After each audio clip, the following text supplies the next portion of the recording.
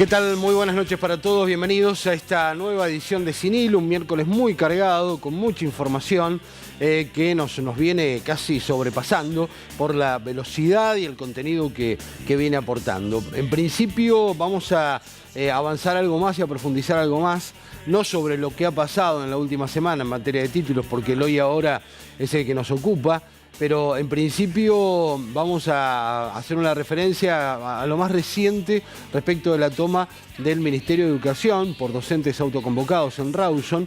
Una situación similar se replica con dirigentes de ATECH en Comodoro Rivadavia en la supervisión seccional de zona sur del Ministerio de Educación. Y luego se produce hoy la toma del Ministerio de Educación. Hubo una presentación de un petitorio a la ministra que no fue llevado adelante, que no se ha aceptado, pero digamos no se avanzó sobre los reclamos que coinciden con los de la Mesa de Unidad Sindical. Esto es, no al pago escalonado, paritarias con incorporación de salario, en fin, los mismos puntos que reclama la Mesa de Unidad Sindical, que ha convocado a medidas de fuerza de índole general para la semana que viene. Hoy estamos atravesando el tercer día de un paro de 5 que anunció ATECH durante la semana pasada, donde fue casi toda la semana, y esta semana también, con niveles de acatamiento dispares según quien les cuente esta historia. De cualquier manera, hoy se dio una situación particular aquí, los padres reaccionaron y también se autoconvocaron a una movilización que se centró en la plaza de nuestra ciudad. Pero volviendo al tema del Ministerio de Educación, una reciente información oficial que proviene desde el ámbito policial indica que el jefe de policía, el subjefe y los directores de la Plana Mayor hoy estuvieron en el Ministerio de Educación de la provincia dialogando con referentes de la toma del edificio. Se garantizó, esto es importante, que no habrá un desalojo mientras la situación siga en calma y no haya daños a las propiedades públicas. El ministro de Gobierno, Federico Mazzoni, estaba reunido con Santiago Guzmán cuando hacíamos nuestra participación en el noticiero, y allí dialogó también con los referentes y con los que están en la Carpa de la Dignidad, que llevan bastante tiempo, casi un mes va a estar cumpliendo, si no es que ya los cumplió. Según esta información oficial, dice, hay canales de comunicación abiertos, pero con el compromiso de evitar daños y agresiones. Se solicitó que se limite el acceso de más personas al interior del ministerio. La presencia policial está allí, apunta a evitar desbordes y situaciones que pongan en riesgo la integridad física tanto de los manifestantes como del personal policial y evitar daños en los bienes del Estado. Esto por un lado. Por el otro lado, otra noticia de la tarde tiene que ver con la decisión adoptada por la jueza María Marita Nieto, jueza de familia en Comodoro Rivadavia. Ella intercedió ante un pedido de amparo que elevó la Oficina de Protección de Derechos para que justamente se llame al reinicio de las clases en esa zona. Comodoro y Radatili es esa jurisdicción. La jueza, hablamos con ella en la radio el lunes, estaba a la espera de la reunión de conciliación obligatoria que fracasó ayer a nivel estatal, una convocatoria que había hecho la Subsecretaría de Trabajo, también con algunas particularidades, creo que lo hicimos la referencia el miércoles pasado, juez y parte en una misma situación de conflicto, con una particularidad: la conciliación obliga a retrotraer el conflicto al momento antes de que se inicie, y allí aparece la obligación de las partes de recrear esa situación. Por parte de los docentes, volver a clases, levantar las medidas de fuerza, y por parte del Estado, pagar en fecha, que es lo que se está reclamando desde que se comenzó este conflicto.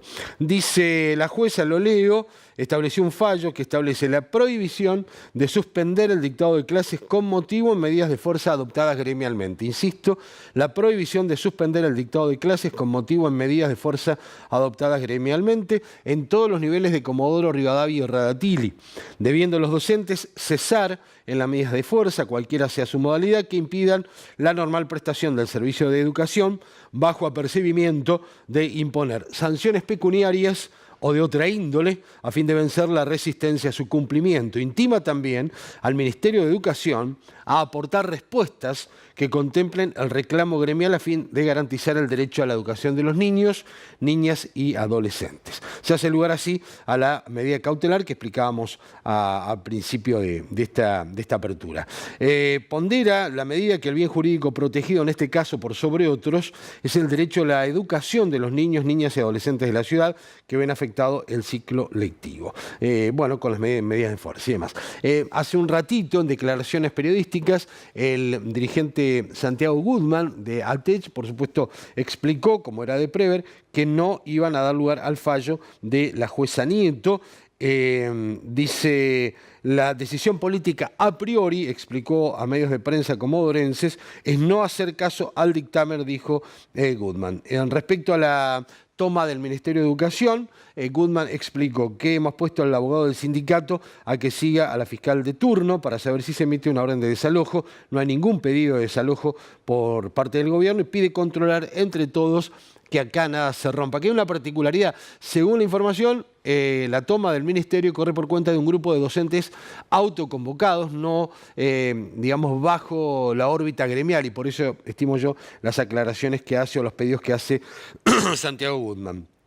Confirma entonces que sobre el fallo de Nieto vamos a hacer caso omiso a lo que la jueza está dictaminando, avanzan con un planteo en segunda instancia. Esto es noticia reciente, obviamente por redes sociales vamos enterándonos a medida que pasa con la dinámica que tiene justamente las redes con estos temas.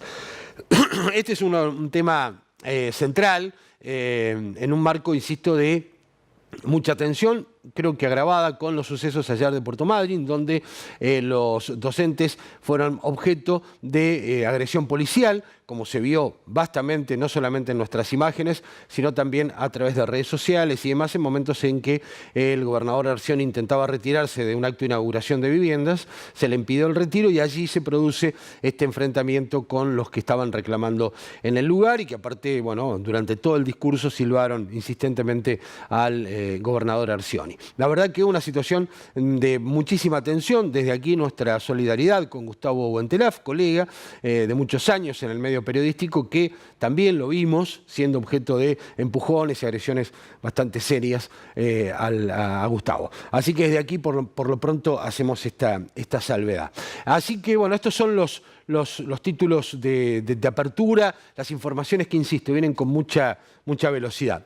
Una más, antes de irnos a la pausa, ya suman, según una cuenta que hicimos hace un ratito, 26 los imputados por la causa embrujo y revelación. Hoy se agregaron 5 más a los 7 iniciales, donde está el grupo que, según la Fiscalía, lideraba Diego Correo, más los 11 que fueron algunos en prisión preventiva, otros con prisión domiciliaria, que fueron confirmadas todas las decisiones que había tomado el juez Piñeda, más los que están involucrados en otras causas, como Dajur, como Alarcón, como Aguillor. Todos ellos suman esta enorme cantidad de prisiones preventivas, allanamientos, realmente muchísima información surgida a la luz de estos datos. Bueno, esto es un poco para tratar de resumir, si es que es posible, en nuestra apertura alguna de las noticias más recientes, no la de la última semana que ha pasado.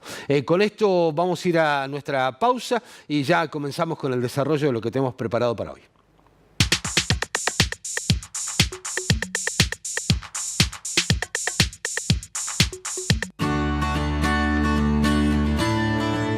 Estás soñando con tu futuro, pensando en mañana, con tus ganas de cambiar, de empezar de nuevo. Estás disfrutando de vos misma, de lo que te hace bien.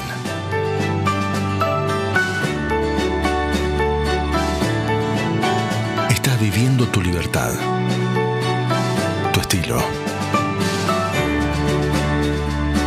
proyectando un futuro juntos para siempre.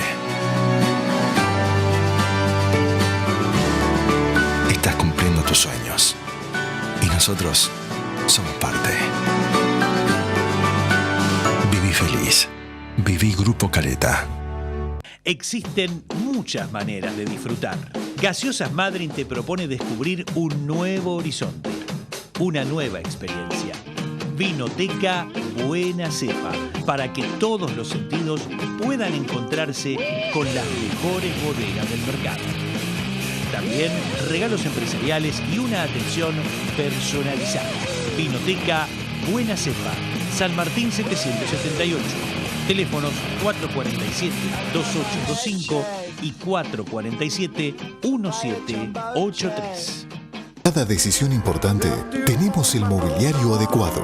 Te brindamos una amplia gama de equipamiento para empresas, hogar y oficina. Calidad, distinción, a precios de fábrica nos avalan. Eduardo Pez Muebles, 9 de julio 368. Teléfono 47-2701. www.eduardopez.com.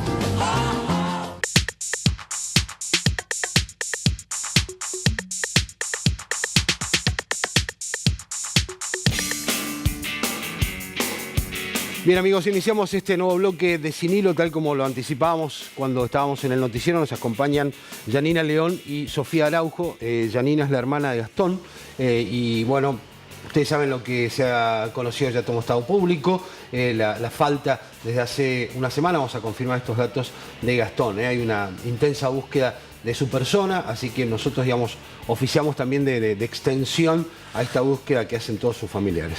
¿Qué tal? Bienvenidas. Hola, buenas noches. Bueno, imaginamos que una situación feísima la que están pasando, no está solidaridad, obviamente, pero en principio, bueno, datos. ¿Desde cuándo fue la última vez que tuvieron contacto con Gastón?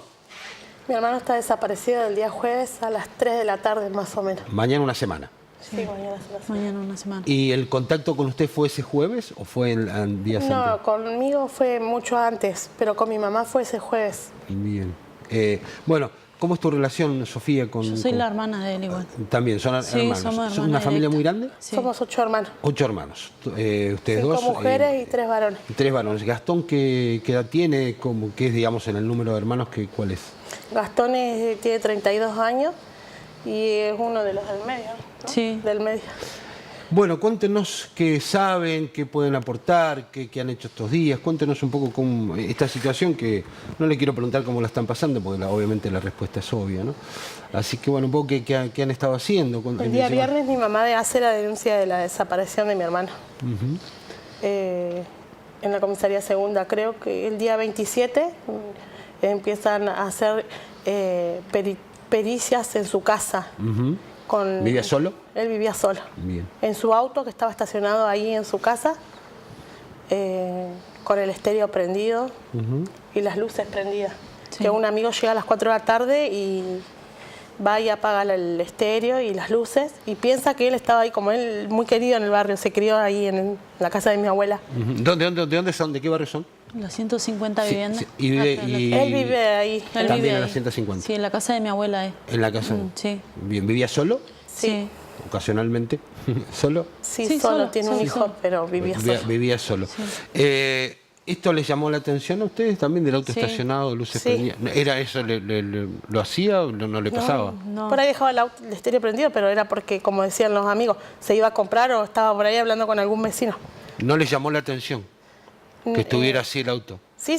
Ah, estacionado con... Pero los amigos pensaban que él estaba por ahí, o sea, ahí en la cuadra. Y ahí hacen la denuncia ese día. Mi mamá hace la denuncia.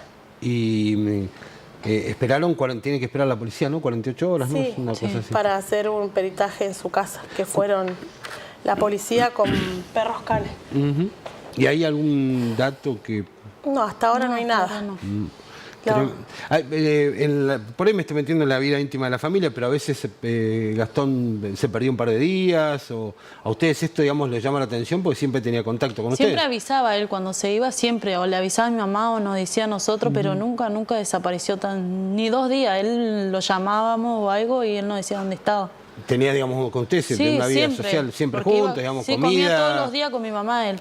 Eso le llamó la atención a mi mamá también, porque el día 25, sí, que hizo locro mi mamá para Claro. él iba a ir. él. Él iba a ir a comer y no apareció. Y, no y apareció. ninguna y nada. Nada. Ahí se empezó a preocupar. Sí. Sí, ¿Cuántos años tiene tu mamá? Mi mamá tiene 54. sí, Está pasándola horrible. sí. ¿Eh? Está pasándola pésimo, me imagino. ¿Qué han hecho ustedes por su lado, digamos? Hoy hablé con vos en la radio, me contaba que estaban haciendo, bueno, nada, algo, porque me imagino que en la impotencia y la desesperación... Ayer nosotros salimos a recorrer toda la parte del campo donde está Playa Paraná, por los rumores que siempre pasa algo y algún problema de dejar tirada a la gente o algo ahí. Salimos la familia y amigos. ¿Estuvieron en Paraná? Sí, desde las 3 de la tarde hasta las 9:30 de la noche, recorriendo. Y hoy, después de la marcha que hubo, igual, desde donde más o menos terminamos, seguimos más para allá del rastrillaje, nos dividíamos en línea de 30 metros cada persona y íbamos para el... ¿Están ustedes solas haciendo esta búsqueda o están con policía, con los perros? La búsqueda la estamos haciendo sola, la investigación la está haciendo la brigada. Policía nunca hubo con nosotros en el campo caminando ni con perros. Hay un perro que anda, pero es porque mi mamá tuvo contacto con una persona que puso un perro. Sí, alguien que ayudó por lo pronto, algo. Sí. Hacer algo. Pero de la policía nada. Solo han hecho ellos sus allanamientos, sus preguntas, sus investigaciones hacia nosotros, hacia los amigos, pero caminando o con perro o a caballo no hay nadie. Eso es lo que yo le pedía al jefe de seguridad, que él quedó en ayudarnos, pero hasta eso fue el día de entrega de vivienda que él vino acá. ¿Tienen alguna sospecha de alguna situación? No, él no. Nada. No. Qué feo, porque ni siquiera por dónde empezar, ¿no? Eso es lo que más nos... Claro, eso es lo que más. Nos contabas un caso hoy en la radio de una amenaza que recibieron. Ella justamente viene a contar eso, ella lo recibió. ¿Fuiste vos? Sí, el día 27 de mayo yo estaba trabajando. El 27 de domingo. Sí, a las 8 de la noche en mi trabajo. Recibo una llamada de una persona que se llama Jonathan Benítez, que se encuentra detenido, que me llama diciéndome que tiene a mi hermano secuestrado, que haga todo lo que él no me dijo que era él. Me llamó a número privado. Me llamó diciéndome, hacé todo lo que yo te diga, agarrá y tráeme plata. Tráeme todas las cosas que vos tengas, las cosas chiquitas. Bueno, todo lo de valor. Todo lo de valor quería. 3.000 pesos me pedía. Yo digo, vos tenés a mi hermano y querés 3.000 pesos. Me llamó la atención, eso yo le seguí. Bueno, salí corriendo de mi trabajo, me fui a las 8 de la noche corriendo hasta mi casa. Quería que te vaya con bota. Sí. Ella trabaja en una pesquera y le decía, no te cambies, salí con botas. Y me decía, yo me cambié todo, le seguí la corriente, ¿viste? Y me fui hasta mi casa a buscar a mi marido y me fui a la casa de mi mamá a ver qué podíamos hacer. Nos decía, llévame la plata a los chinos que están en la 630. Bueno, en un momento yo le corto, me vuelvo a llamar y sale su número. ¿Y qué hago yo? Guardo el número, me fijo en el WhatsApp que sale la foto de él. Después me manda... por eso lo identificas. Sí, por eso lo identifico. ¿Y lo conocen a esta persona? Lo hemos visto, sí. Pero nunca tuve yo contacto con él. Bueno, y él después me manda audio diciéndome que la va a pagar tu hermano, que acá lo tenemos. Y eso yo fui a la comisaría a mostrarlo, pero nunca me atendieron. ¿Cómo no? No le dieron importancia. No le dieron importancia a eso. O sea, no siguieron esa línea. Juegan con los sentimientos de nosotros, porque él está detenido y vos te fijás ahora está en línea en el WhatsApp. O sea, en el WhatsApp, en el WhatsApp sigue en línea y tiene su foto. ¿Usted y en la policía no les prestaron atención a esto? Eso me parece. A ella, porque a mí porque yo fui. Está bien, pero vos tenés ahí el... Ella quiso denunciarlo porque a ella le quedó la voz de grabado en su cabeza. Yo todavía tengo la voz del chico. Y yo diciéndole, ¿vos tenés a mi hermano? Y digo, ¿cómo van a jugar con eso? Si nosotros lo estamos buscando, no. No, es una situación muy, muy fea. Es desesperante en ese momento. Ella estaba muy mal, se desesperó, ellos fueron ahí al lugar con mi mamá y yo le digo, ¿qué hacen? Si no lo va a tener por venir, ¿viste? Pero bueno, es una desesperación en un momento. Hacer algo, ¿no? Sí. Es eso. ¿Cómo estuvo la marcha hoy? Bueno, hoy en la marcha estuvo bien, o sea, estuvieron todos los periodistas, hubo gente. Hubo una pelea que yo quería aclarar, una pelea fuera de fiscalía, pero es fuera de este tema. Sí, porque dijeron que hablaban el tema. Sí, justo hablaron, subieron muchas capturas al Facebook. Es más, yo cerré mi Facebook para no ver los comentarios de todas las cosas que hay. Yo no quiero, me duele en el alma. Es mi hermano. Sea lo que sea, es mi hermano. Y hubo una pelea con un chico que tuvo una persona y No viene al caso, no viene al caso de nada de esto, no es nada del tema de mi hermano. ¿Pero fue una pelea con ustedes? No, Con otro chico que estaba ahí. Nada que ver, digamos, Nada con que ver. la Nada que ver con el marcha, tema ni con la marcha, eso queríamos aclarar, Está porque bien, está bien, está decían bien. Sí, porque que en todos decía lados que salía que... las familiares le gritaban que devuelva el dinero. No, nosotros queríamos que él sea parte del lugar y se vaya, porque justo estábamos en un momento feo. Y él como que se reía y se burlaba, nada más. Pero no viene al caso. Está bien, no, pero aparte Era perdemos de vista aclarar que eso, queríamos, igual. más allá de lo que ya haya tenido cualquier historia, que es una persona que está desaparecida, que ese es el dato Sí, más significativo, ¿no? ¿Cómo los está atendiendo Fiscalía? Ustedes estaban en Fiscalía hoy. Sí, Fiscalía trabaja a través de la Brigada de Investigación y los pocos cositas que nos vamos enterando nosotros se las vamos contando, intentamos guardarlas para nosotros y para que ellos puedan hacer una investigación, al menos para encontrar a mi hermano. Si mi hermano está sin vida, encontrar el cuerpo de mi hermano y poder enterrarlo. Y si mi hermano está con vida, ellos puedan encontrar a mi hermano. ¿Pero por qué hablas de sin vida? ¿Por qué tenés esa...? Son muchos días que mi hermano... ¿Vos tenés esa sensación, digamos? Yo tengo esa sensación porque mi hermano se iba, ya va a ser 7 días que mi hermano no aparece. Y los viajes que hemos hecho fueron en familia, siempre nos decía, o él se iba capaz unos días, no sé, al campo, a Pirámide, a donde vaya, y él nos decía y se llevaba su tele y su equipo a la casa de mi mamá para que mi mamá se lo guarde. Y su auto estaba ahí, su casa estaba cerrada, su cortina abierta, es muy raro. ¿Faltaban cosas de la casa? No faltaba nada. Ni siquiera ropa que a ustedes les ayude a Sí, suponer... como para decir se fue de viaje, Claro. se llevó ropa, no. No, estaba él todo. dejó su cortina levantada de su habitación. Tiene un ventanal muy grande y lo dejó levantado. Era como que me voy y vuelvo. Ustedes tienen esperanza, obviamente, en encontrarlo con vida. La esperanza está. El Yo tema es que quiero queremos que encontrarlo. nos ayuden a buscarlo, porque solo nosotros estamos recorriendo, buscando... No veo a la No vemos policía como vestida si de que- policía caminando en el campo con nosotros, con perros, con caballos. No sé, no veo, o sea, no veo a la policía. No sé Con qué van a interés de esperar. buscarlo, no vemos que tienen interés de ayudarnos a buscarlo, porque vos ves en otros lados y se ayudan y buscan, ¿no? Se ponen en rastrillaje. Yo nunca pensé que iba a vivir esto, lo veía en la tele. Sí, nunca te imaginás. Nunca pensé Seguramente vivirlo en carne nadie, propia. Pero acá, cero policía. En Paraná estuvimos hasta las 7 de la tarde y no ¿Les había ningún oscureció? policía con nosotros. ¿Han tenido ustedes, aparte de esto que vos comentaste, alguien que les arrimó alguna información, algún dato, que los pueda ayudar a orientarse, digamos? No, lo que hay está con la Brigada de Investigación y eso no... Bien, no digamos nada. porque No por ahí queremos hablar del tema, Está ¿no? bien, Hay, está bien, hay está bien, poquitas está cositas, pero bien. que no vienen...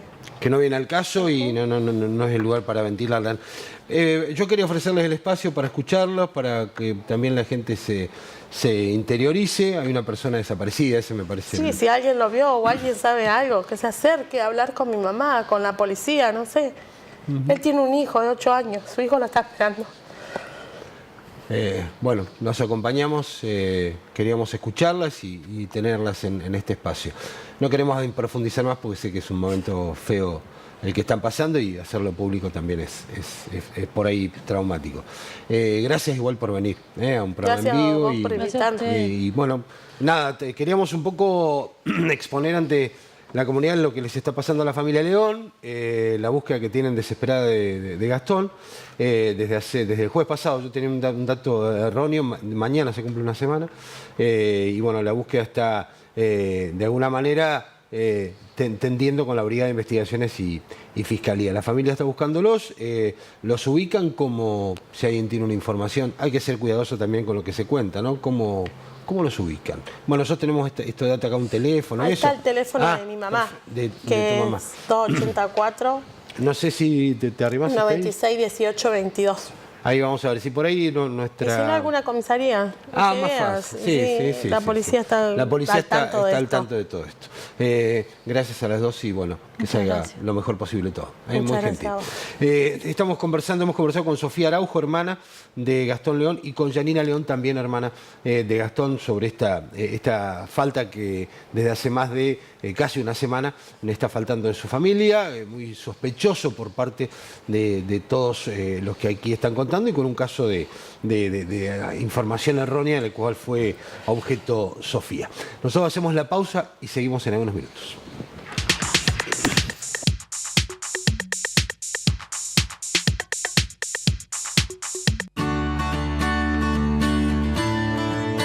Estás soñando con tu futuro, pensando en mañana, con tus ganas de cambiar, de empezar de nuevo. Estás disfrutando de vos misma, de lo que te hace bien.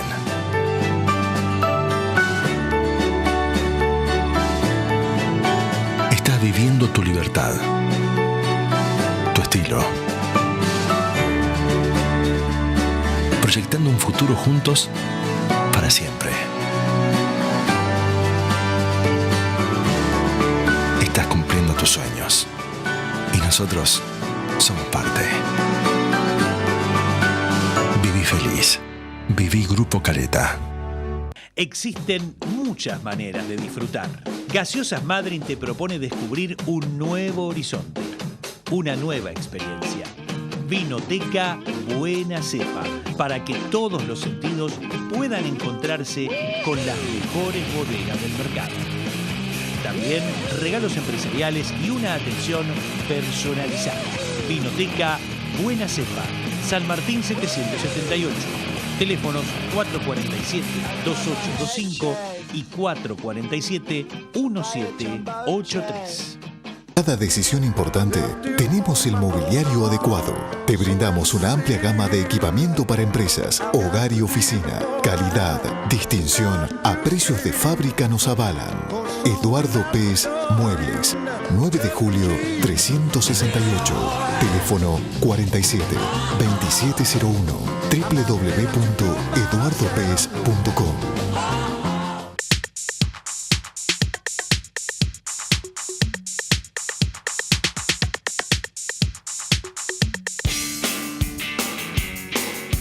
Bien, iniciamos un nuevo bloque de Sin Hilo. En este caso nos están acompañando Marlene Aranda y Vanessa Larrea. Ellas integran un grupo de padres que empezó a movilizarse a partir de esta extensa medida de fuerza que está afectando la educación de sus hijos. Hoy se produjo a la tarde una movilización, que ahora vamos a charlar de la movilización, creo que tenemos imágenes también para ir graficando lo que vamos a charlar. Vanessa, Marlene, buenas noches, gracias por acompañarnos. Voy a empezar por Marlene, contanos un poco cómo enganchás con la idea, tu historia, cuántos hijos tenés. Bueno, yo tengo 2 hijas en la escuela 42, en primero y cuarto grado. Vanessa igual que yo, justamente. Son mamás. Somos mamás del mismo grado. Salió, como todos tenemos grupos de WhatsApp de la familia, de familias con los de papás, digamos, el grupo mamis. El domingo porque todos sabemos que nosotros nos enteramos de quién se adhiere y quién no al paro día a día. Entonces, cuando el domingo preguntamos si hay clases, nos dicen que no iba a haber. Entonces, ahí tomamos la decisión o se empezó a charlar, y si también ponemos nuestro granito de arena, también decimos algo, o sea, nos manifestamos que no estamos anestesiados, que no somos ajenos, que no es que nos dicen, mira, no hay clases y nos quedamos, mirando por el costado, o decir, bueno, nos afecta profundamente. Nosotras particularmente tenemos una de nuestras hijos, están menos de 20 días de clase y eso te provoca mucha incertidumbre. Entonces decir, bueno, vamos a hacernos ver, oír, apoyando desde otro lado. Queríamos alejarnos un poco porque no sé si el Estado nos va a escuchar, porque la verdad que eso no lo sabemos, pero salir un poco de ese enfoque que tiene el Estado, que si ve una bandera política o gremial, es como que ya está anestesiado, ya está, no escucha, no ve, nada. Entonces, bueno, vamos a plantearlo desde otro lado, vamos a plantearlo como papás preocupados porque estamos a mitad de año y lo único que no se recupera en la vida es el tiempo y ya perdimos la mitad del año. Vanessa, este reclamo, ¿hacia quién va dirigido? Puede ser que no sea dirigido hacia nadie, ¿no? Porque puede ser que sea una forma que tiene un grupo de padres y bueno, yo también quiero en esto decir lo mío, ¿no? De esta forma. Surgió, como dice Marlene, como una opción de que las familias nos podamos expresar, manifestarnos y podamos representar a nuestros hijos, que hasta ahora nadie dijo, uy, mirá, los chicos, ¿qué va a pasar con ellos? Surgió como eso. Y dirigido, creo que todos sabemos quién corresponde que haga las cosas y cómo las tiene que hacer. En primera instancia, el gobierno y por ahí se estuvieron diciendo muchas cosas, transgiversando los mensajes, no es en contra de los maestros, al contrario, nuestra invitación se hizo extensiva a maestros, y hoy en la marcha hubo muchos docentes acompañándonos como papás y mamás que también tienen... Claro, tienen el mismo problema. También tienen el mismo problema y tienen hijos y también están perdiendo tiempo de clase. Sí, perdón. No, y bueno, justamente eso, aclarar eso, y que surgió como espontáneo de los papás, que ninguno no somos abogados ni ingenieros, somos todos personas comunes, pero muy ocupados y preocupados por los chicos. ¿Conforme con la asistencia, Marlene? ¿Esperaban esa gente? ¿Esperaban más? ¿Esperaban menos? No, estamos conformes. Porque... No sos organizadora, pero digamos como asistente. Claro, cuando fuimos, en principio estábamos todos muy tímidos porque al esto somos padres autoconvocados, nadie tiene experiencia, entonces estábamos así, es decir, bueno, estábamos todos cada uno en un rincón y después, bueno, nos llamamos, se dijeron algunas palabras, se leyó un petitorio también que vamos a presentar ante el gobernador.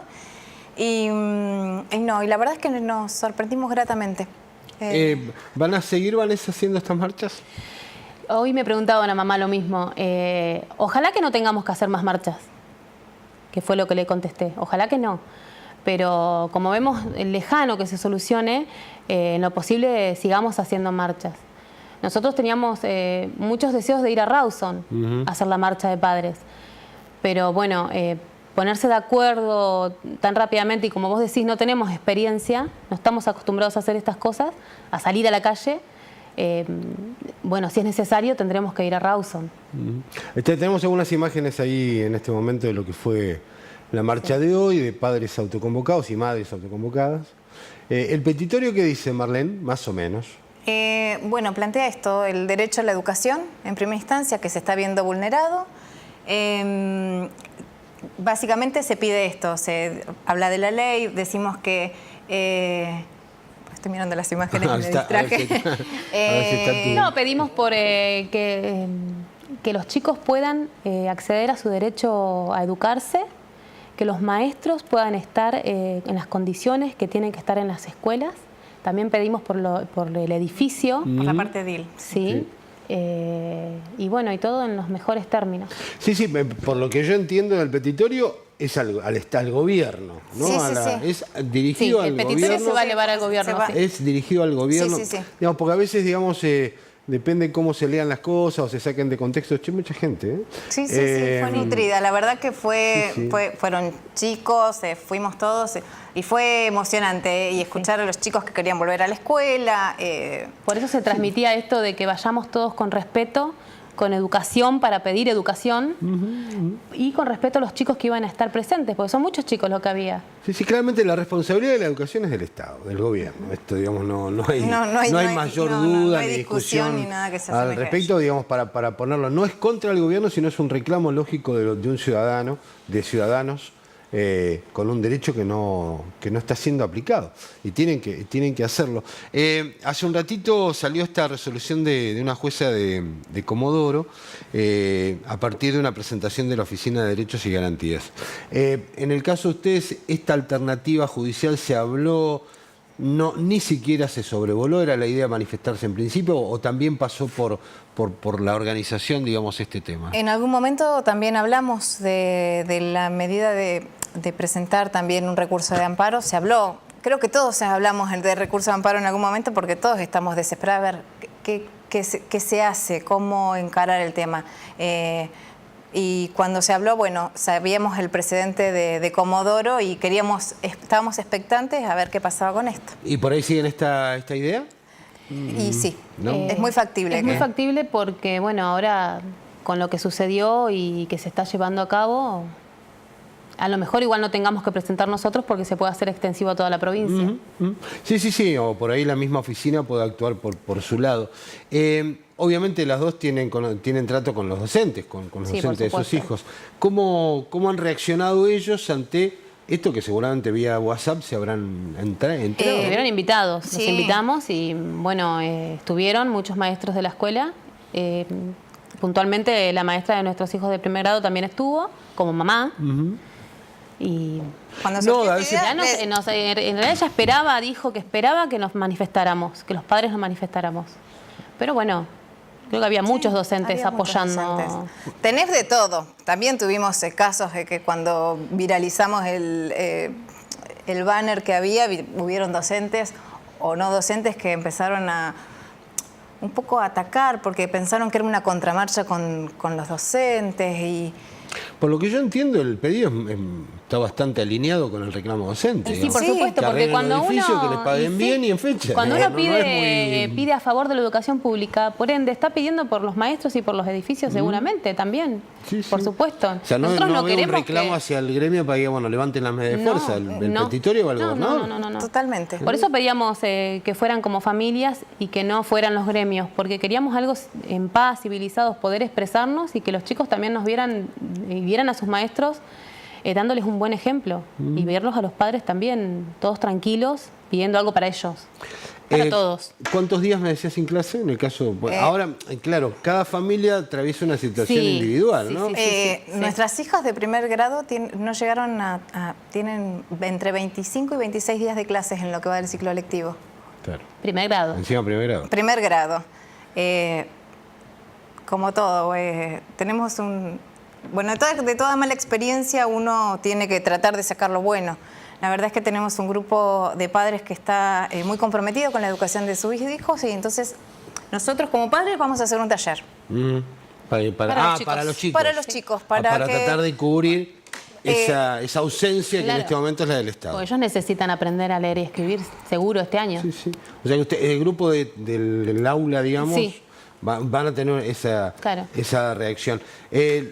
En el caso puntual, no por ahí lo lleva a la experiencia individual, a ver si esto se puede generalizar. ¿Los papás se movilizaron de las mamis y demás que están en el grado de ustedes bien, digamos? Sí, todos. No, por ahí algunos no, algunos sí. No. Por lo menos fueron todos mensajes positivos y las caras estuvieron visibles en la marcha. ¿Qué esperan del petitorio y para después?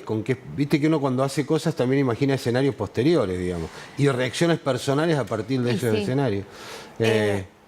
La primera esperanza, obviamente, que esto se Ser arregle. escuchados, lo primero, ¿no? Primero. Como yo te dije, ojalá que no tengamos que hacer más marcha. Primero que nada es eso. Y sí. ¿Y si no?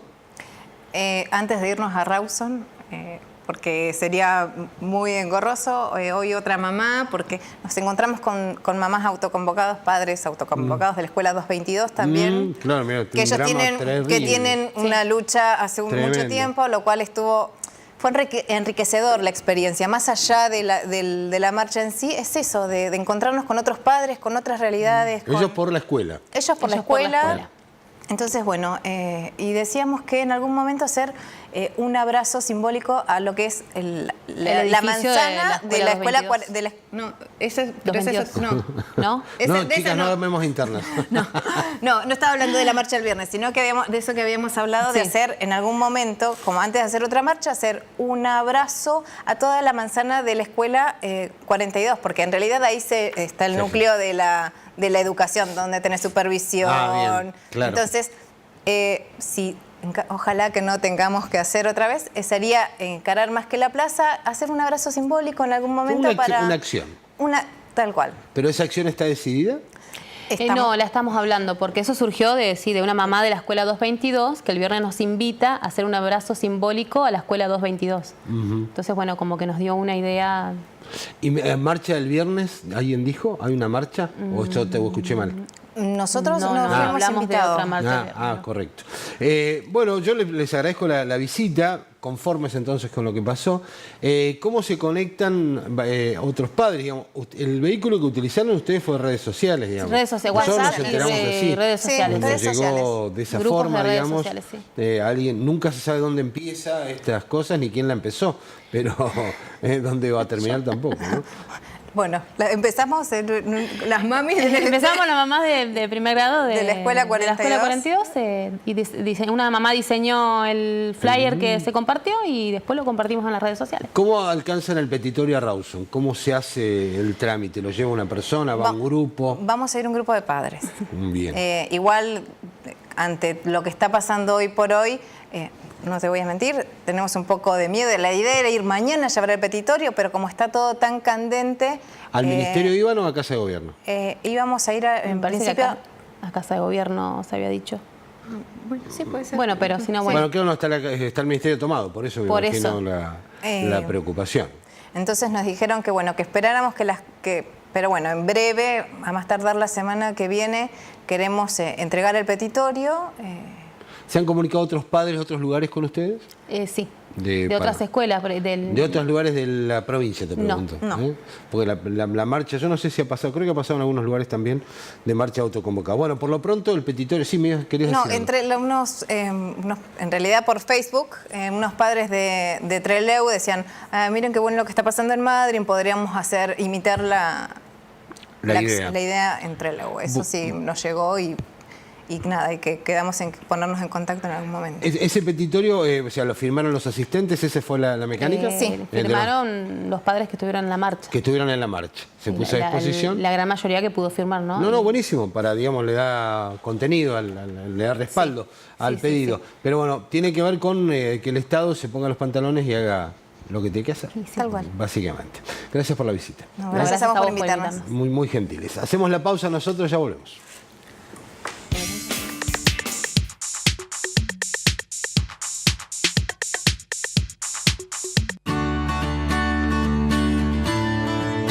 Estás soñando con tu futuro, pensando en mañana,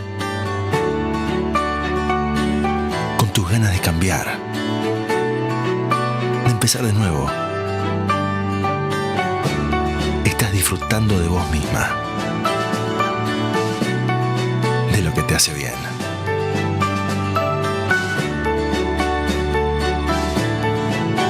Estás viviendo tu libertad, tu estilo. Proyectando un futuro juntos para siempre. Estás cumpliendo tus sueños y nosotros somos parte. Viví feliz. Viví Grupo Caleta. Existen muchas maneras de disfrutar. Gaseosas Madryn te propone descubrir un nuevo horizonte, una nueva experiencia. Vinoteca Buena Cepa, para que todos los sentidos puedan encontrarse con las mejores bodegas del mercado. También regalos empresariales y una atención personalizada. Vinoteca Buena Cepa, San Martín 778. Teléfonos 447-2825 y 447-1783. Cada decisión importante, tenemos el mobiliario adecuado. Te brindamos una amplia gama de equipamiento para empresas, hogar y oficina. Calidad, distinción, a precios de fábrica nos avalan. Eduardo Pez Muebles, 9 de julio 368. Teléfono 47-2701. www.eduardopez.com.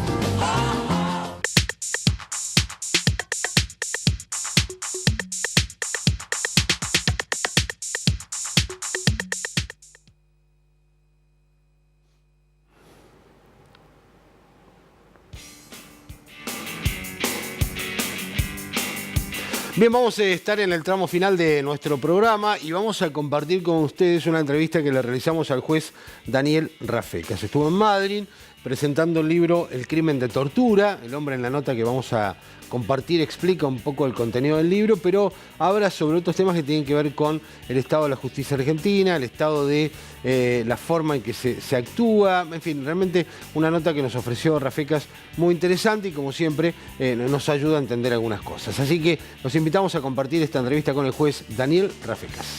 Se trata del doctor Daniel Rafecas, es juez criminal y correccional número 3 en Capital Federal, así que le damos la bienvenida y las gracias por arrimarse. Me lo anoté porque el nombre es largo, quiero ser sincero, tenía temor de pifiar en algún momento. Gracias por la visita. Al contrario, Ariel, un gusto estar aquí con ustedes. Bien, primero vamos a hablar del libro, usted viene a presentar uno de sus libros, el último, el más reciente. Cuéntanos un poco de qué se trata. Tiene que ver con el tema de la tortura y con una diferencia clara lo que ha sido los tristes años de la dictadura dictadura aquí, y ahora el Estado de Derecho incluye ahí. ¿Por qué razón lo incluye? Claro, sí. Es un estudio, tanto, digamos, en mi caso yo soy docente también de la Universidad de Buenos Aires de Derecho Penal. Y bueno, esto es un poco mi tesis doctoral, en donde investigué un poco más a fondo la cuestión de la tortura como crimen de Estado, ¿no? Como crimen cometido desde el Estado, especialmente respecto de personas detenidas.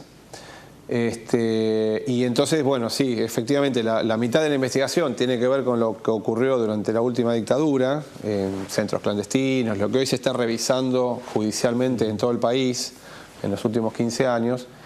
Y entonces hay una investigación de todos estos procesos de memoria, verdad y justicia, de condenas, etcétera.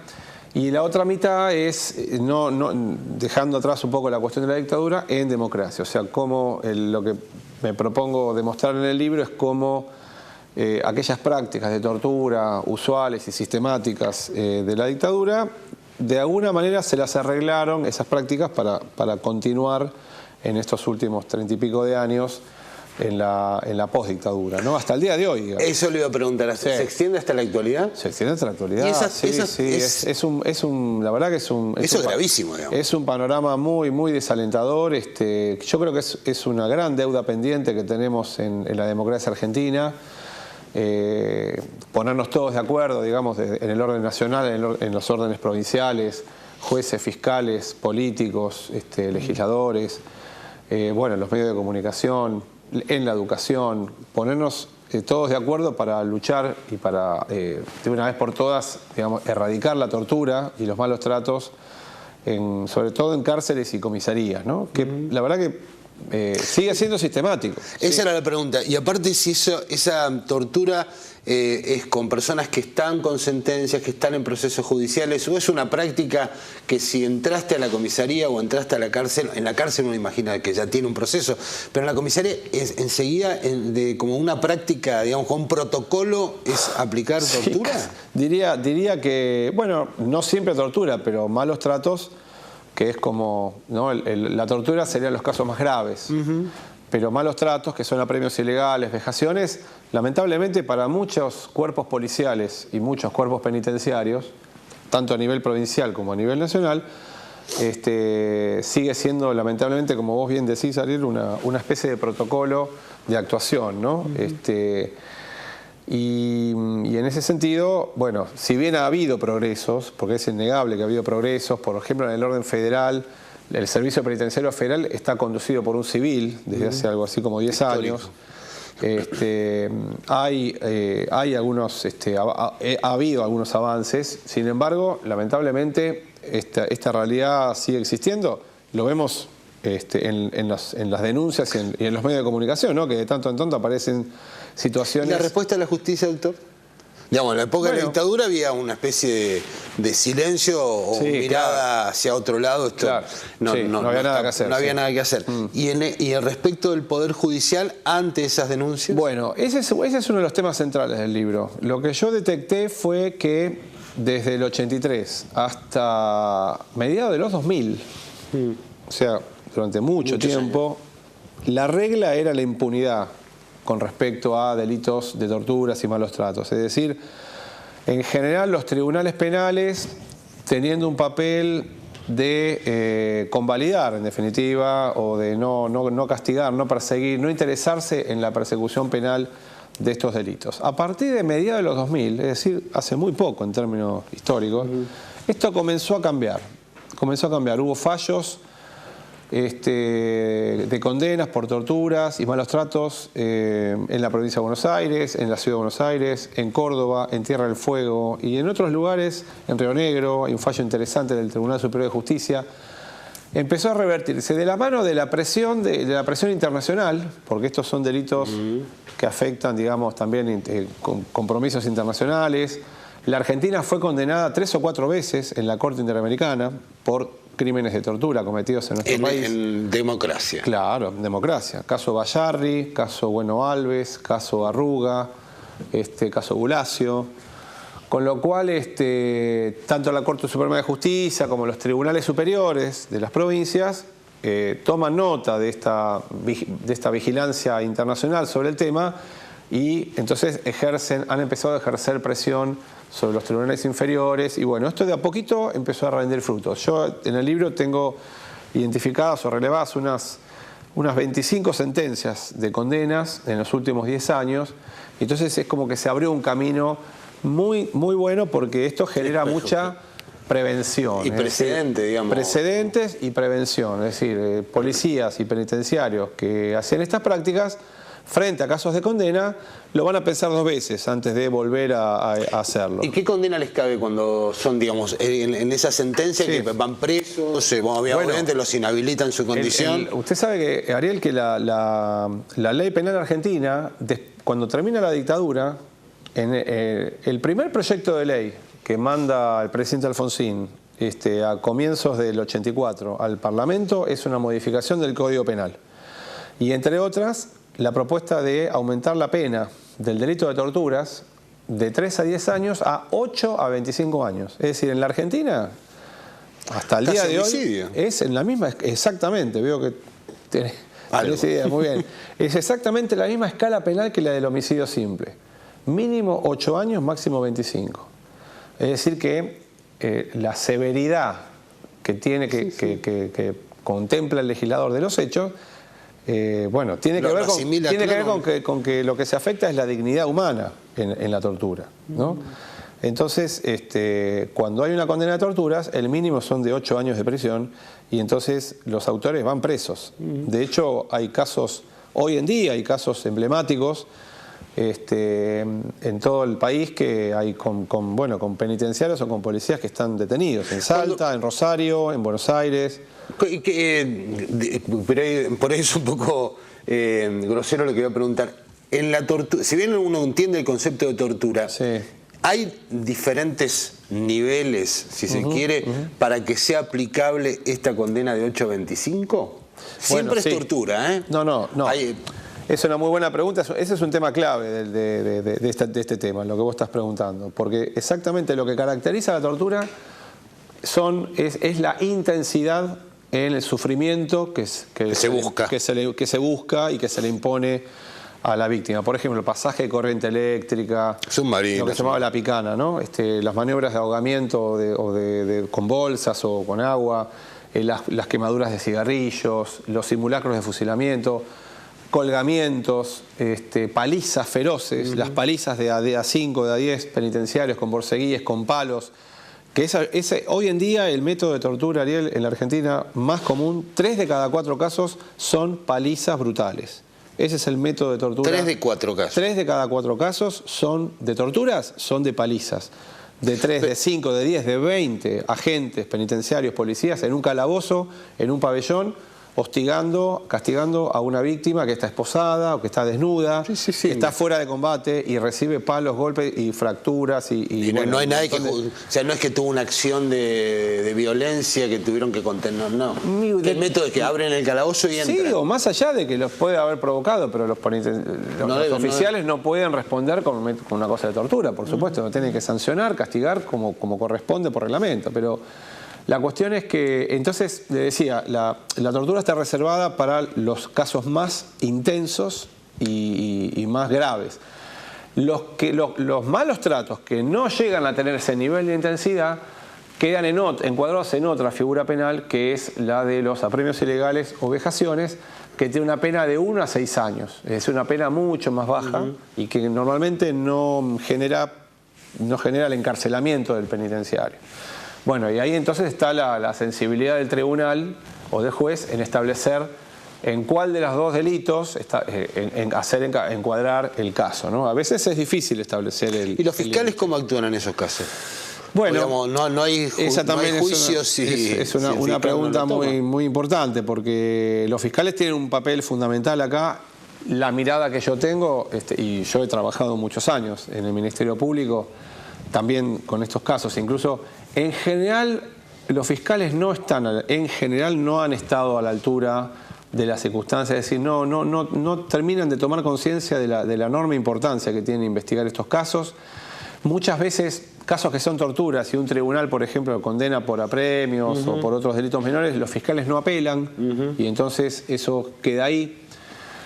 Lo que ha pasado en los últimos años, es muy interesante que en los últimos 10 años lo que ha pasado es que además del fiscal están apareciendo la figura del querellante. Entonces, la familia o la propia víctima de torturas presenta un abogado, se presenta un organismo de derechos humanos o alguna entidad estatal especialmente interesada en trabajar en estos temas, como la Procubin, la Procuración de Violencia Institucional del Ministerio Público Fiscal de la Nación, la Procuración Penitenciaria de la Nación y otras entidades que entran como querellantes en los casos. Entonces, más allá de lo que haga el fiscal, la querella impulsa, apela, recurre y están logrando muchos de los logros que se obtuvieron en los últimos 10 años fue gracias a abogados que trabajan estos temas, la Correpi, Rodolfo Llanzón, Pablo Yonto, el CELS y otros sí, pero activistas. hay un vacío en el Estado, entonces. El Estado hay algo... Hay un déficit. No hay un vacío, bueno,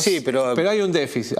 Eso tendría que ser ocupación, no sé si primordial, pero se está trabajando en eso. Se está trabajando. Hay por ejemplo, en la Procuración General, a nivel federal, hay un área específica que está trabajando con estos temas. Ahora acaba de hacerse cargo un fiscal joven, muy bueno, excelente, con mucha vocación y que seguramente va a hacer un buen papel ahí.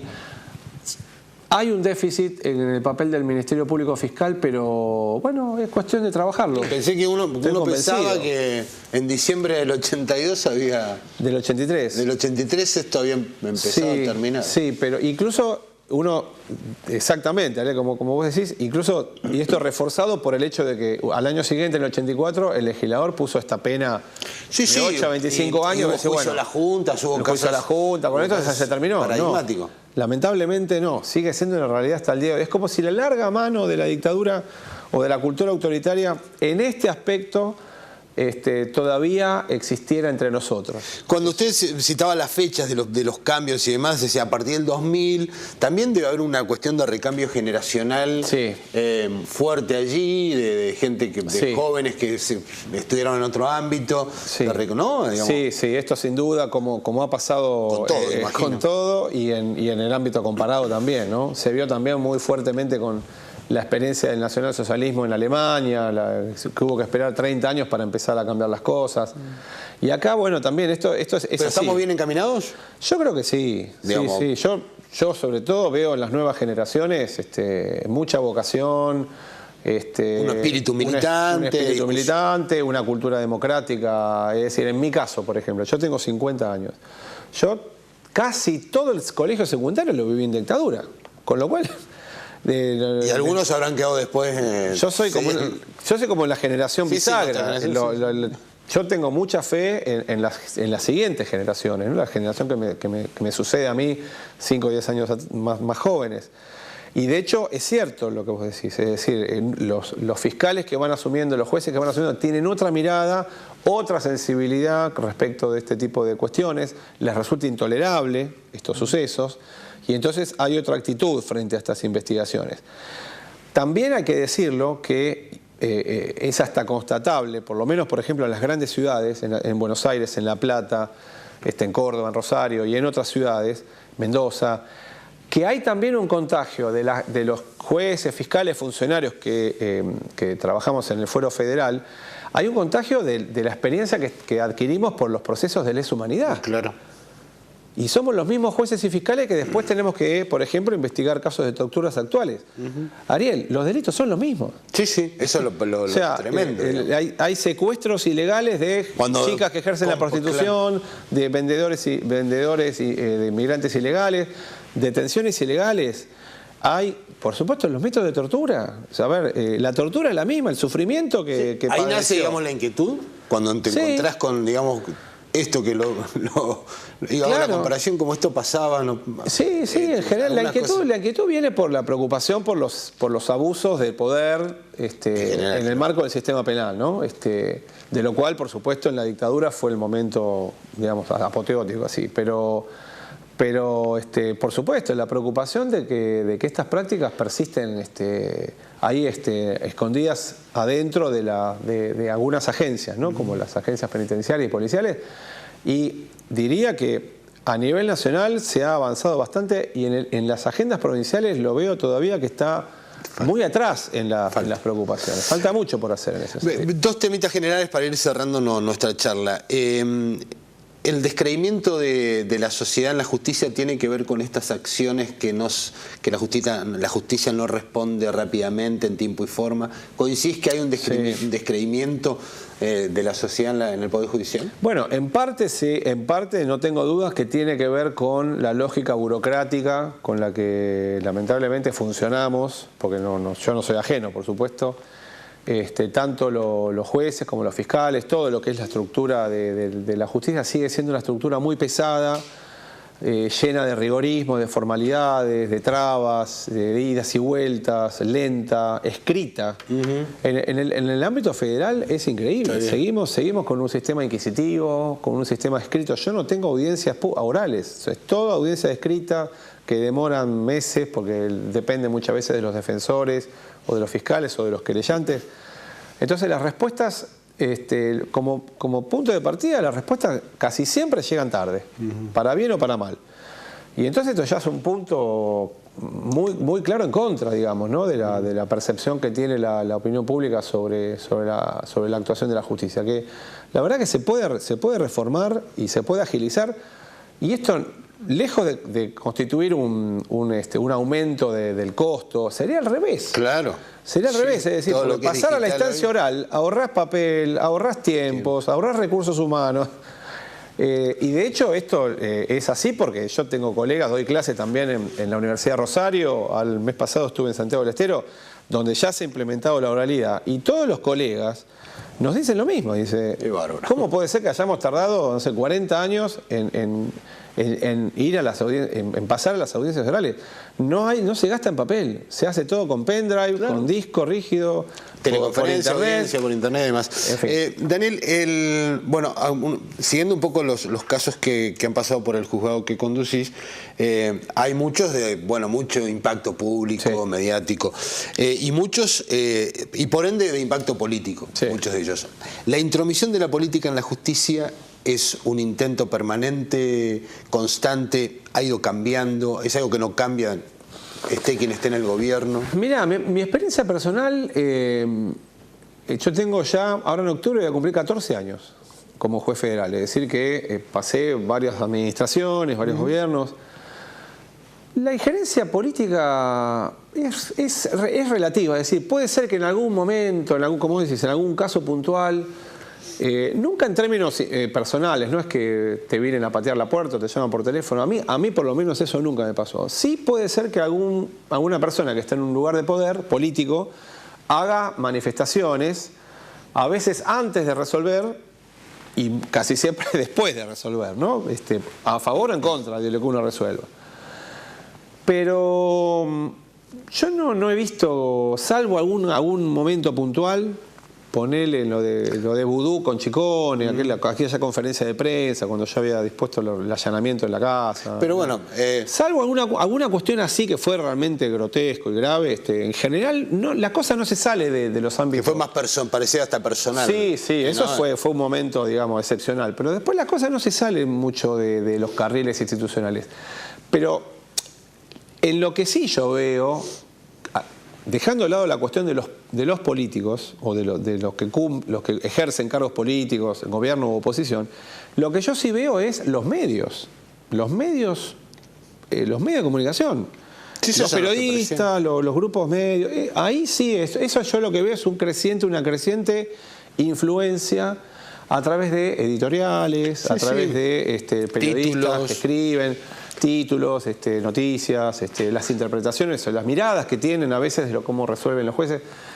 Por eso ¿Pero te parece que es el poder político quien actúa a través de los medios? No. Yo no creo que sea así. No. Los medios tomamos esta acción a favor o en contra. Claro, es decir, así como poner en la actuación judicial, ¿no? Bueno, hay muchas cuestiones que ejercen influencia. No sé, las Fuerzas Armadas, la Fuerza de Seguridad, la Iglesia, el gobierno, la oposición y también los medios, por sus propios intereses o bueno, lo que fuera, y esto es algo creciente, es decir, a medida que van pasando los años, las décadas, no solamente en Argentina, sino también en Occidente, digamos, hay que tener en cuenta cada vez más el rol y el papel que ejercen los medios, para bien o para mal, en un contexto democrático, digamos, sobre, por ejemplo, sobre la justicia. Entonces, por eso es muy importante, me parece, que cada vez más los periodistas que van a trabajar en noticias judiciales, bueno, sean abogados, entiendan de derecho, bueno, tengan como fuente a las propias autoridades judiciales, como para, digamos, cumplir más, digamos, de mejor manera. Poder opinar con respaldo. Y un poquito más, sí. Gracias, Daniel, muy gentil por la por favor, visita. Daniel, la verdad es muy buena entrevista. Muchas gracias. Hasta aquí nuestra edición de Sin Hilo. Estamos repasando fuentes y contactos informativos para ver si hay novedades respecto a, nos parece, la noticia más relevante del cierre de este miércoles. Esto es la toma del Ministerio de Educación en Rawson. Hasta ahora no hay novedades, van a seguir, van a persistir en el lugar.